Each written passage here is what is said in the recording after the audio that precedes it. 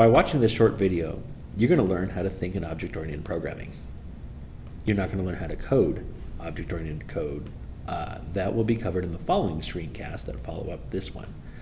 This is all about the concept, the idea. So let's get started.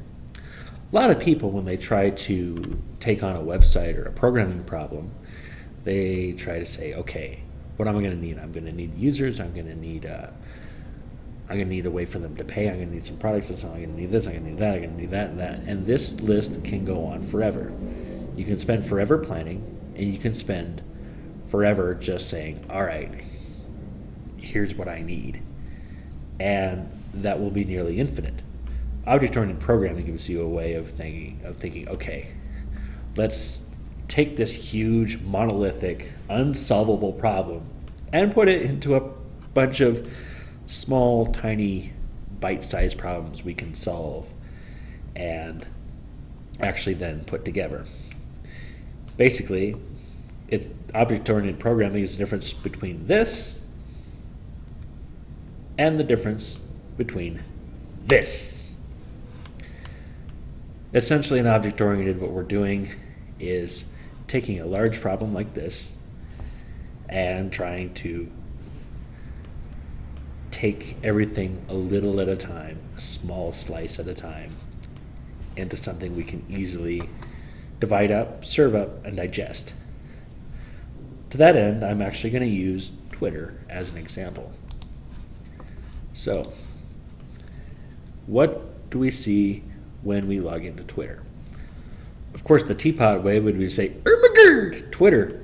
There's so much here. It's too complicated. We can't do it." What do we have? We have all these trends. We've got my own profile. We've got people who I'm following. We've got all their tweets, stuff that I've written. Okay, breathe. Okay. Here's the object-oriented way of doing it. Is just take every small component that you see on the page and break it.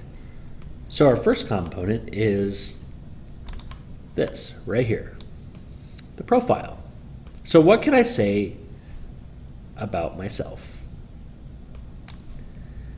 Well, the first thing I can see about myself is my name, and then my @handle, and then a count of how many tweets I've ever written. Then how many people I follow. And then how many people are following me. There. That's how we break down everything as an object.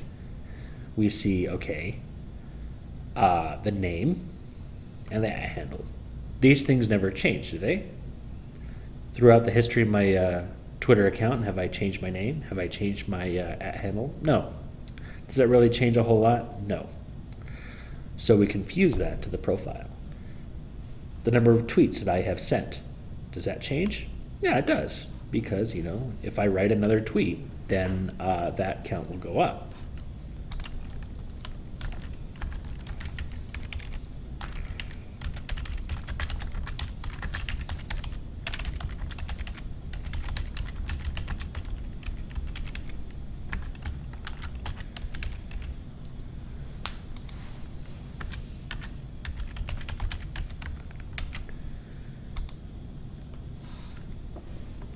So yeah, now instead of 337, we're at 338, which brings us to the next thing. So this should be yet another object, and that's what we call these, our objects.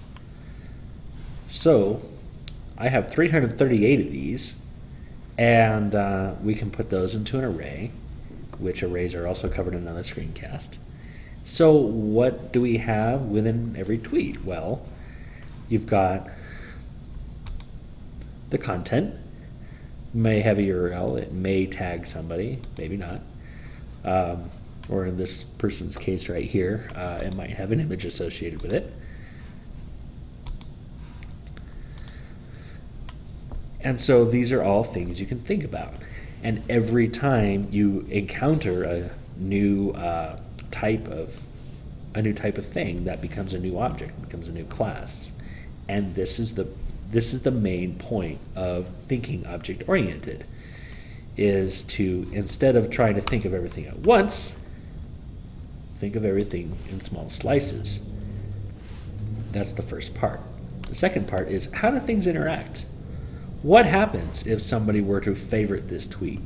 What happens if somebody were to retweet it or reply to me? How does that affect the site? How does that affect me as a user? How does it affect the user that favorites it? Et cetera, et cetera, et cetera. Which brings us to the next point of object-oriented.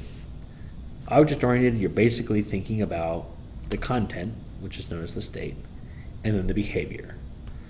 So the content of a tweet is what was actually typed, what was actually written, what URLs it linked to. And the behavior. Oh, we put a URL in there, so that's going to be a URL that's going to be tracked in the trends here, and that's a behavior. Or we tag deep dive coding, so that means the deep dive coding user is going to be alerted. That's another behavior that had nothing to do with content. So again, thinking object-oriented, the biggest barrier I find for beginning programmers is to go from this to this. You can't think globally, you have to act locally. In the sense that if you try to take everything on at once, you have set yourself up for failure. If you again slice things up, and for each slice think about what data do I need to retain to make this work, and then ask yourself also, how does this work? How does this all come into play? What is the interplay here? That will dictate the behavior. Asking yourself these fundamental questions will get you well on the road to thinking like an object-oriented programmer.